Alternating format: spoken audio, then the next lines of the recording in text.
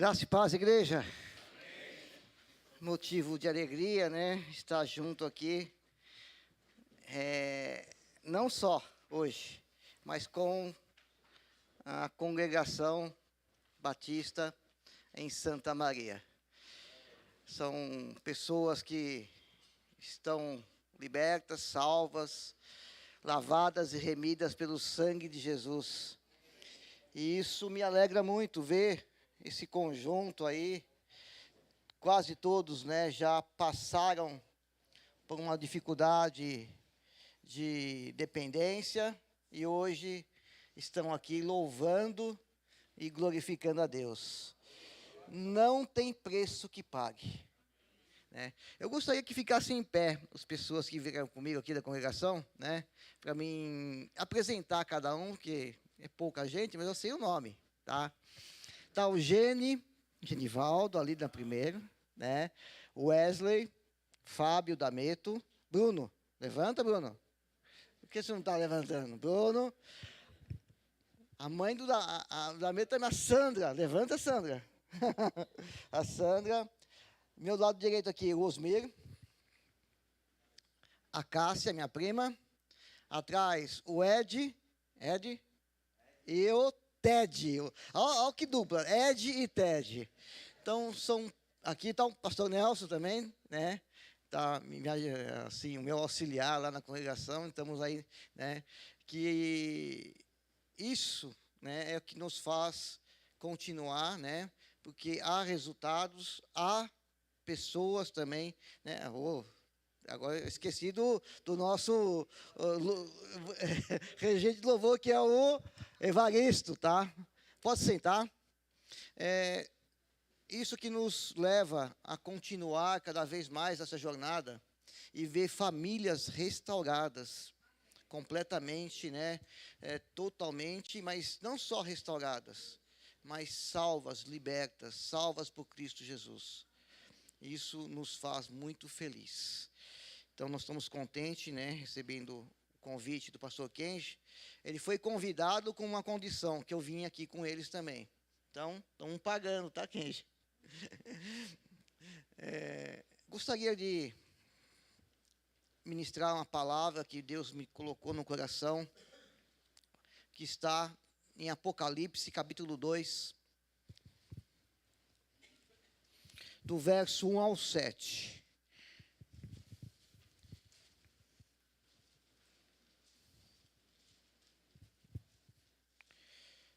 Eu dei um título desse sermão, O Verdadeiro Amor. E a gente vai depois, acompanhando o texto, a gente vai perceber por que eu falei do verdadeiro amor. Apocalipse capítulo 2, versos 1 ao 7. Diz assim na minha tradução aqui: o anjo da igreja em Éfeso escreve: essas coisas diz aquele que conserva na mão direita as 7 estrelas e que anda no meio dos 7 candeeiros de ouro.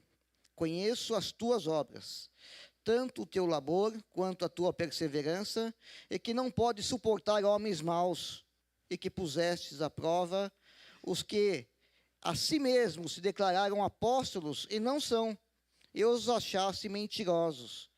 E tens perseverança, e suportaste provas por causa do meu nome, e não deixastes esmorecer. Tenho, porém, contra ti, que abandonaste o teu primeiro amor.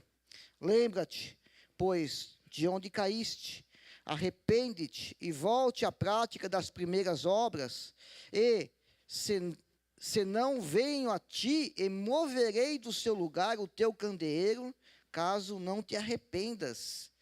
Tens, contudo, a teu favor que odeia as obras dos nicolaítas, as quais eu também odeio. Quem tem ouvidos, ouça o que o Espírito diz às igrejas. Ao vencedor, dar-lhe-ei que se alimente da árvore da vida, que se encontra no paraíso de Deus. Louvado seja Deus pela essa palavra, que o Santo Espírito venha falar aos nossos corações aquilo que necessitamos. no nome de Jesus. Amém. Essa carta foi escrita por João, né, quando estava na ilha de Patmos, né? A gente pode comprovar no capítulo 1, versículo 9, né? Eu, João, irmão vosso e companheiro na tribulação, no reino e na perseverança em Jesus, achei-me na ilha de Patmos por causa da palavra de Deus e do testemunho de Jesus. João estava preso e exilado na ilha de Patmos, quando teve 4 visões. E uma das visões era a respeito das igrejas.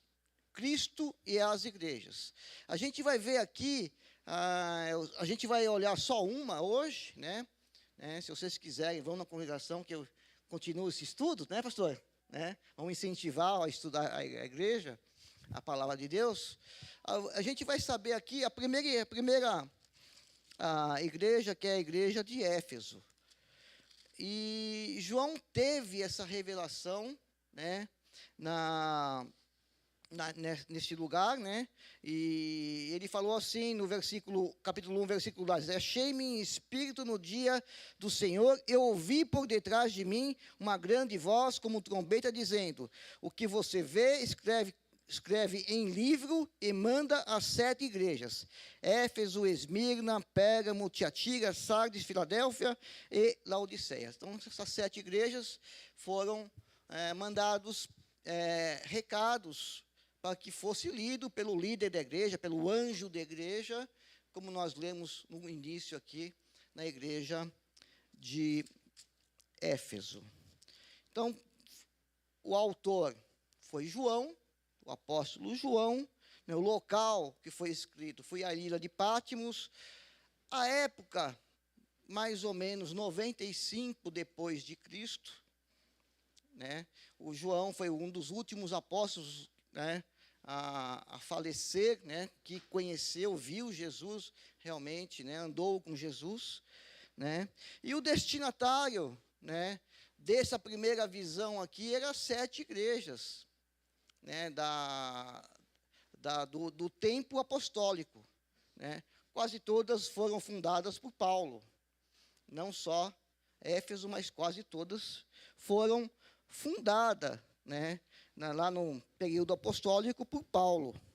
A gente vê alguns temas principais nessas 7 igrejas, né? A gente vê todas as igrejas foram tendo algum tema, algum caráter das igrejas, bons e ruins, né, dessas 7 igrejas. E as igrejas também eram boas, né? 2 eram boas, 3, mais ou menos 2, e 3, né, mas 2, e parcialmente boas e ruins, né, 3 igrejas. Então, as boas eram Esmirna e Filadélfia, igrejas que não tinham quase problemas nenhum. As igrejas más, as igrejas de Sardes e de Laodiceia. E as igrejas parcialmente, né, pouco boas, mas também tinham seus defeitos, Éfeso, Pérgamo e Tiatira. Hoje a gente vai ver a igreja de Éfeso, né? Então vamos olhar, né, o caráter dessa igreja, como que ela era. Mas antes de olhar o caráter, né, dessa igreja, eu quero falar como que era a cidade de Éfeso e o que eles, da onde que eles vinham, né? O que eles criam. Éfeso tinha um templo lá muito famoso, né, chamado Templo de Ártemis, aonde era adorada a igreja, a Diana, né? Era adorada a Diana, né, dos Efésios lá, a gente vê lá em Atos, capítulo 18.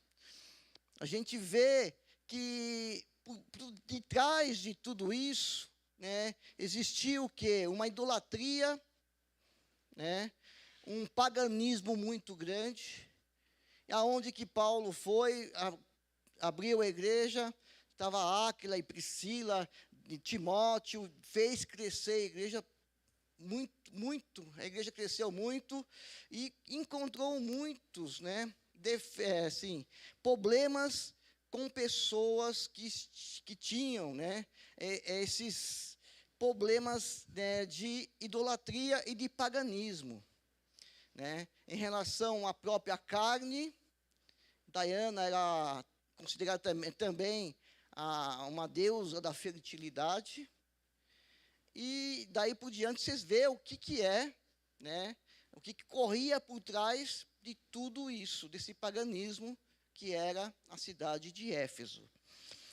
E no templo, né, de Ártemis, né, era um templo muito bonito, né, era uma das 7 maravilhas daquela época. Então, todo mundo conhecia que é cheio de ouro por dentro, né? Até Paulo brigou, os ourives, né, brigaram com Paulo, porque eles pensavam que se o caminho, né, se a palavra de Deus, se Jesus continuasse sendo pregado lá, eles perderiam o seu ganha-pão, que eles estavam folhando de ouro todo dentro do templo, né? Eles ficaram até preocupados, né? Se a gente lê o capítulo de Atos, a gente vê, mas a gente não vai ter tempo para isso. Então, essa igreja de Éfeso se tornou uma das maiores igrejas da Ásia Menor, a mais importante. Então, o conhecimento da palavra de Deus dos judeus ali, nas sinagogas, cresceram e foram se convertendo e foi aumentando cada vez mais. E aí a igreja ficou próspera, cresceu muito, né, importante e famosa, a igreja de Éfeso. Então, o fundo, né, o pano de fundo, né, a gente conhece, era uma igreja, a cidade, né, com princípios pagãos, adoravam outros deuses, né? E agora a gente vai ver realmente como que era a igreja de Éfeso, né? Aqui a gente vê no versículo 2 do capítulo 2, né, o primeiro caráter dessa igreja, né, favorável, um caráter que Jesus elogiou a igreja. O elogio, né, o louvor que a igreja tinha. A gente vê aqui que conheço as tuas obras. Versículo 2. Tanto o teu labor quanto a tua perseverança, e que não podem suportar homens maus, e que pusesse à prova que a si mesmo se declararam apóstolos e não são, e achassem mentirosos. A gente vê aqui que era uma igreja trabalhava, né, com todo o coração, com todo o labor. Labor aqui é com força, com esforço, para poder cada vez mais alcançar mais pessoas a chegar aos pés de Cristo. Né? Trabalhavam com todo o coração, com toda a força, com todo o entendimento, né? Como que diz a palavra, e com perseverança. Apesar das dificuldades, né, apesar das perseguições, né, que a igreja sofria, eles perseveraram. A gente vê no versículo 3, e tens perseverança, suportastes provas por causa do nome de Jesus, por causa do meu nome. Então, era uma igreja que estava totalmente, né, apontada para o céu, com todo o labor, força, trabalho e apontada para o céu, né? E aí, e não deixasse esmorecer. Mas, e também tinha outros, né, pontos favoráveis, que a gente vê no versículo 6, tens contudo a teu favor que odeia as obras dos nicolaítas, e as quais eu também odeio. Aí a gente vai ver os nicolaítas aqui, né? Quem são eles, né? Pesquisando mais profundamente, pessoas que adoravam juntos o profano e o sagrado. né? Então, eles incentivavam a igreja às festas carnais, prostituições e também o outro lado espiritual, né? Eles continuavam adorando a Deus, né? Eu me lembrei de um símbolo, né? Eu não sei como que esse símbolo chama, né? É uma bola, meia-lua, escura, com um pontinho branco, depois um pontinho, meia-lua branca com um pontinho preto, né? Eu não sei se vocês já viram aí por aí, né? Esse símbolo, né? O que quer dizer isso? Nem tudo que é santo, né? Nem todas as coisas que são santas podem ter algo mal. E no outro branco com pontinho preto, nem tudo que é bom pode também ter algo de mal. Nem tudo que é bom pode existir algo de mal. Então, ele pregava isso, né? Que a carne é fraca, a carne é pecadora, mas o Espírito é que vivifica, que nem diz Paulo, mas eles declinavam totalmente, né, essa obra dos nicolaítas a respeito de se juntar com o sagrado com o profano, que é totalmente contra a doutrina de Cristo. E aí a gente vê que esses pontos, né, que a igreja de Éfeso era totalmente contrária. Não, isso aí não é contrário à palavra de Deus, à palavra de Jesus, a gente não aceita, a igreja não aceitava. Então, era uma igreja forte, labutava, perseverante, e uma igreja que também tirava, né, as pessoas que se falavam que eram apóstolos, eles provavam, e se não eram apóstolos, eles mandavam sair, né, que muitos, aqui está no versículo 2, né, punha à prova, aqui mesmo que se declaram apóstolos, que não são, eu achasses mentirosos. É uma igreja que tinha o discernimento do Espírito Santo para poder provar às pessoas quem era de Deus e quem não era. Então, os pontos favoráveis, os pontos bons da igreja de Éfeso era esse aí, né? E o pano de fundo a gente começa a olhar, né? Da onde que eles vieram, né? Do paganismo, né? Da idolatria, do templo de Ártemis, adorando, né? A deusa Diana, e aí por diante. E chegou um certo ponto aqui, mas que o próprio Jesus fala assim, versículo 4, tenho, porém, contra ti que abandonasse o teu primeiro amor. E agora? Uma igreja com todo aquele, né, arsenal, né, de favorável, de louvor, e agora cai, né? Agora esfria, uma igreja fria. Se a gente olhar capítulo 3, versículo 16, a igreja de Filadélfia, na Laodiceia, assim porque és morno e nem és quente nem frio, estou a ponto de vomitar-te da minha boca. Olha o que Jesus falou dessa igreja, não é frio e nem, é esse mesmo. Pode ser. Que não é frio e nem é quente. Então, era morno aquela igreja a igreja de Laodiceia. E aqui era fria, a igreja esfriou o seu primeiro amor, né, o seu contato. Deixa eu aparecer o símbolo que eu falei aqui, né, que a Raquel está colocando. Se você colocar, você me dá um toque. E aí, a igreja vai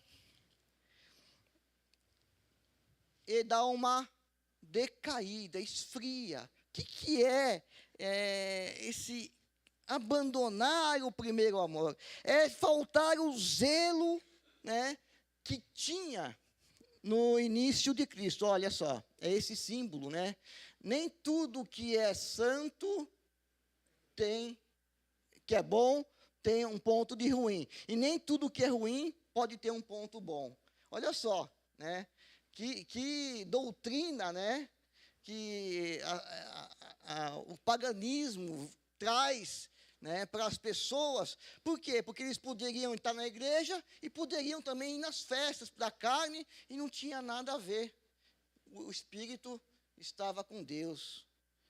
Totalmente deplorável, né? Crer num ato desse, né? E, infelizmente, né, o mundo está cheio disso.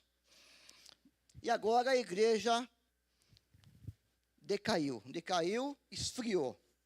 Por que esfriou? Porque deixou o primeiro amor, deixou as suas obras, deixou o zelo as suas obras que tinha, né? E tirou Deus, né? Do primeiro lugar das suas vidas e colocou as coisas do mundo. Começaram a voltar, né, os pensamentos antigos. Por que eu falo isso? Porque no versículo 5 diz bem assim: lembra-te da onde caíste. A gente vê como que era a vida deles antes de Cristo, a vida da igreja. E ele fala aqui, ó, caíste. Lembra-te quando você estava lá, naquele mundo, né? Lembra-te. E aqui Jesus exorta a igreja, faz exortações, né, para que a igreja possa ser advertida, ser aconselhada por Jesus. Então, nós vemos aqui um caráter desfavorável, né, que a igreja abandonou totalmente, né, aquele esforço, aquela alegria de poder servir, né, a Cristo, servir o irmão, amar o irmão. Aí começaram a voltar para si mesmo e voltar aos seus próprios prazeres, se dividindo, né, um pé na igreja e outro pé no mundo, como diz as palavras aí no mundo, né? E aí a gente vai continuando, né, vendo que o caráter desfavorável, né, que era abandonar totalmente aquela obra que eles faziam com zelo, com labor, com perseverança, e esfriando, deixando o primeiro amor. Quando nós reconhecemos, quando nós temos um encontro com Jesus, né? Eu lembro, né, assim, parece que foi ontem, quando eu tive um encontro numa clínica de recuperação, lá em Ponta Grossa, quando eu me rendi a Jesus Cristo, quando veio a palavra ao meu coração, e eu fui até os pés lá no púlpito, chorando, né, vendo que realmente Cristo estava falando comigo, estava em mim já. Ali eu me rendi. E esse primeiro amor eu não esqueço. Não esqueço até hoje. Por isso que a gente continua fazendo essa obra, né, para que muitas e muitas famílias e pessoas venham se render a Cristo. Porque eu sei, né, da onde eu caí.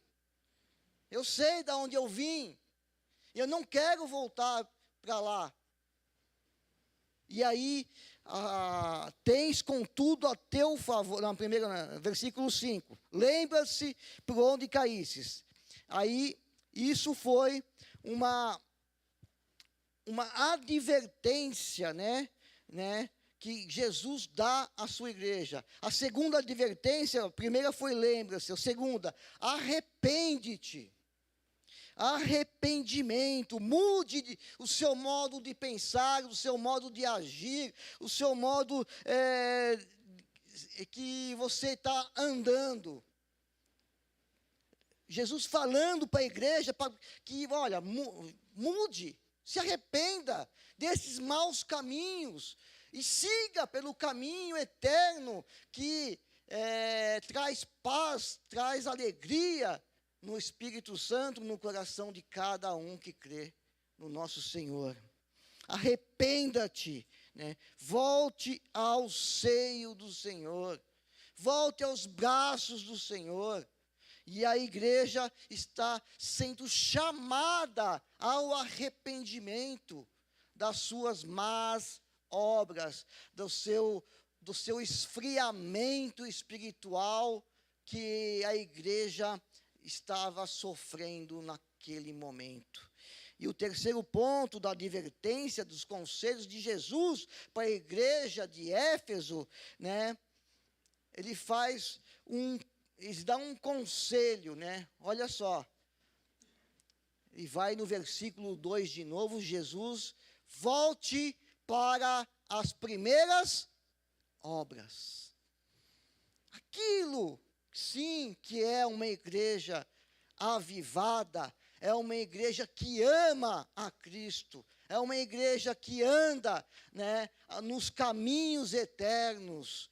Volte à prática das primeiras obras, se esforça, né, tenha perseverança, né, tenha discernimento se são pessoas de Deus ou não, e coloquem em prática tudo aquilo que Jesus ensinou nos seus 3 anos de ministério que passou aqui na terra. Volte para a prática das primeiras obras. Quais são? Tanto o teu labor, a tua perseverança, que não pode suportar os homens maus, e que puseste as provas a si mesmo e se declararam apóstolos e não são mentirosos. E tem perseverança, suportando, né, por causa da perseguição, por causa do nome de Jesus. Muita gente, né, esmolece, né, desiste no meio das provas, porque está sendo tirado, né? Você não faz parte do meu grupinho, né? Você é de Cristo, né? Começa a esmorecer, começa a perder, né, o brio, né? Aí começa a esfriar, começa a deixar de vir na igreja, começa a comungar com os irmãos, né? E vai esfriando. Mas Jesus convida a igreja a voltar às primeiras obras. As primeiras obras, voltar ao primeiro amor. A quando nós tivemos um encontro com Jesus Cristo, né? A alegria era tanta, né? Eu acho que quase todos passam por isso, né? Que a gente chora de alegria, né? Que sabendo que mesmo naquelas condições eu fui amado por Deus e a igreja foi amada por Deus, pelo Jesus. E é assim que nós temos, né? Ele me amou de tal maneira que enviou o seu Filho unigênito para todo aquele que nele crê, não pereça, mas tenha vida eterna. Mas nós temos que fazer a nossa parte. Trabalhar em prol do reino de Deus, assim como nós fomos escolhidos e salvos, temos que fazer o ide, pregar o evangelho, ensinar a doutrina de Cristo, para que muitos ainda que precisam de conhecer o amor, o verdadeiro amor de Deus, que é Jesus Cristo. Muitas pessoas estão perdidas aí fora, precisando da igreja, não só dos líderes, não. Ele precisa de todos nós. Todos nós fomos convocados para poder ir e pregar as boas notícias da salvação em Cristo Jesus, a libertação, a salvação. Nós temos esses pontos, né, da igreja, os pontos bons e os pontos ruins. E o que nós aprendemos para a nossa vida, o que nós aplicamos para a nossa vida, quando nós lemos, né, a respeito da igreja de Éfeso, que nós tiramos para nós mesmos, que nós aprendemos, né, que o primeiro ponto, né, é que a gente tem que saber de onde a gente veio, nosso estado, né? Aqui fala, lembra-te de onde caíste.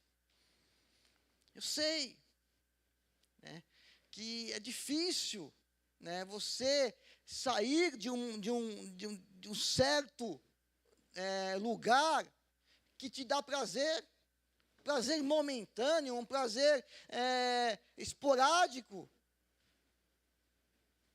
mas tem que sair.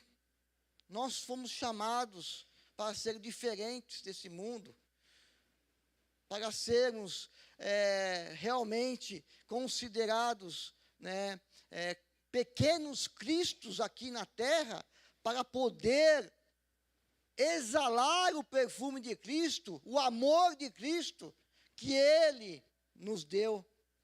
Por isso que eu falei, temos que ver, né, realmente o verdadeiro amor é Cristo em nós. O que nós estamos fazendo, né? Será que Cristo olha para a gente e vê que nós estamos amando a Deus sobre todas as coisas realmente, amando o nosso próximo como a nós mesmos? Obrigado.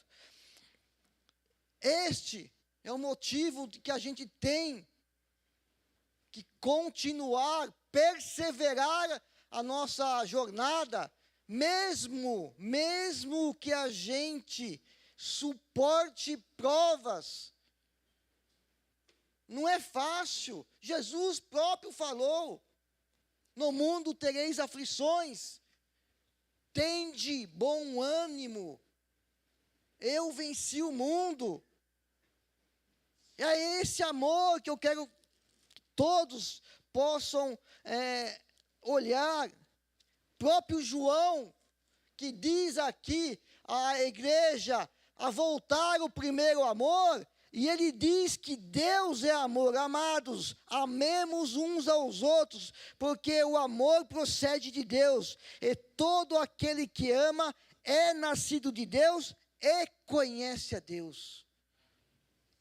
Voltar a esse amor real, a esse amor que se manifesta também lá em 1 Coríntios, capítulo 13, quando Paulo fala do verdadeiro amor que nós temos que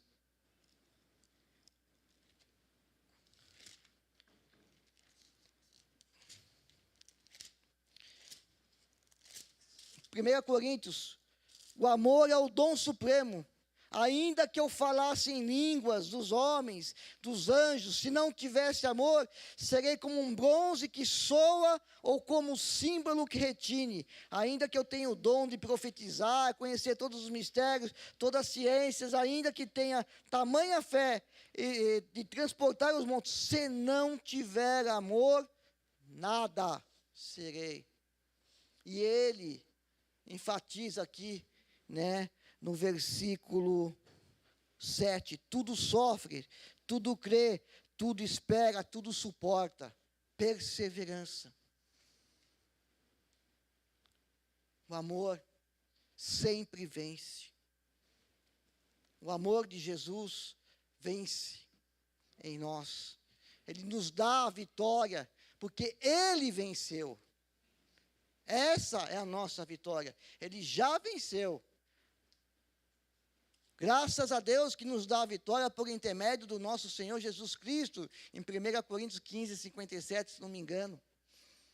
É Ele que nos dá a vitória, mas temos que aplicar palavra de Deus, obedecer em obediência, o amor que Ele nos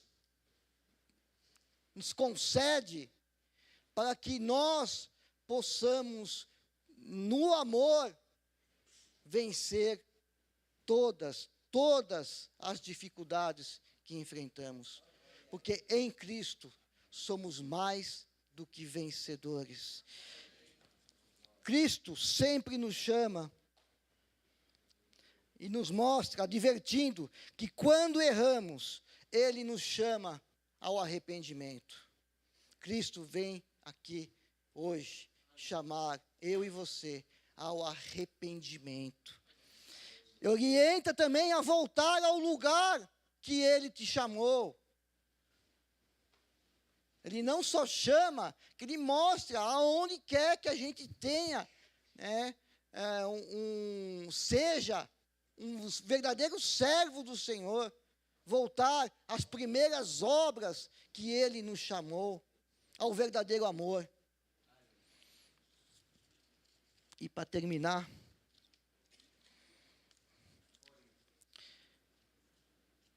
se nós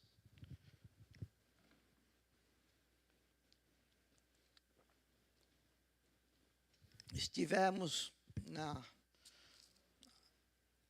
a par do que a palavra de Deus, ela é viva, é eficaz, ela penetra no nosso coração, ela corta as medulas e juntas, né, discerne, né, e ela entra no nosso coração.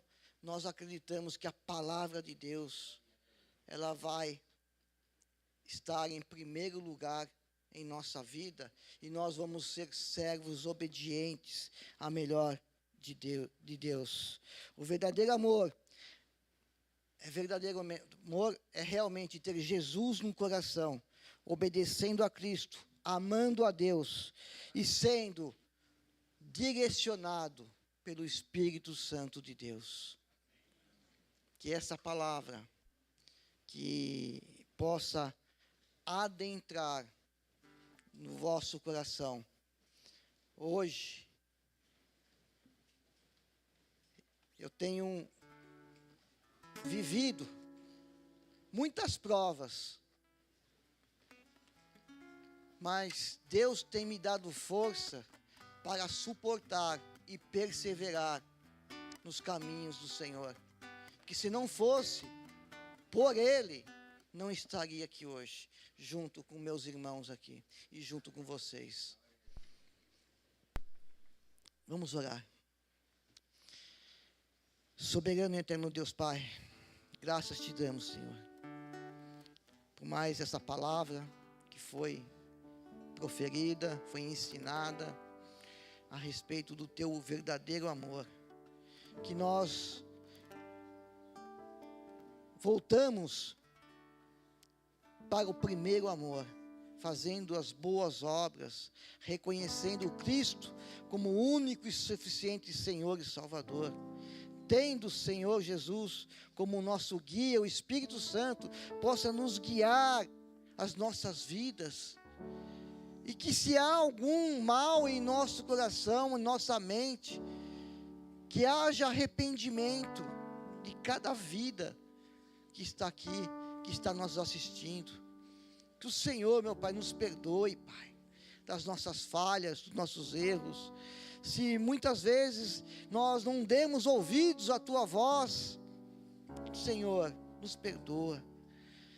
Que o Senhor, meu Pai, levanta a nossa cabeça e nos dá força para poder continuar a nossa jornada, apesar das provações que nós passamos. Senhor Deus, ouve, Senhor, a voz da Tua igreja. Responde conforme o Teu querer e o Teu agir. E nós sabemos que depois de tudo isso, nós vamos ter uma recompensa que nenhum outro Deus tem poder de dar. A recompensa de morar no céu contigo, de contemplar a vida eterna, o resto das nossas vidas junto com o Senhor. Ao vencedor, dar-lhe-ei que se alimente da árvore da vida que se encontra no paraíso de Deus. Com essa palavra eu termino minha oração. Que Deus abençoe ricamente as nossas vidas.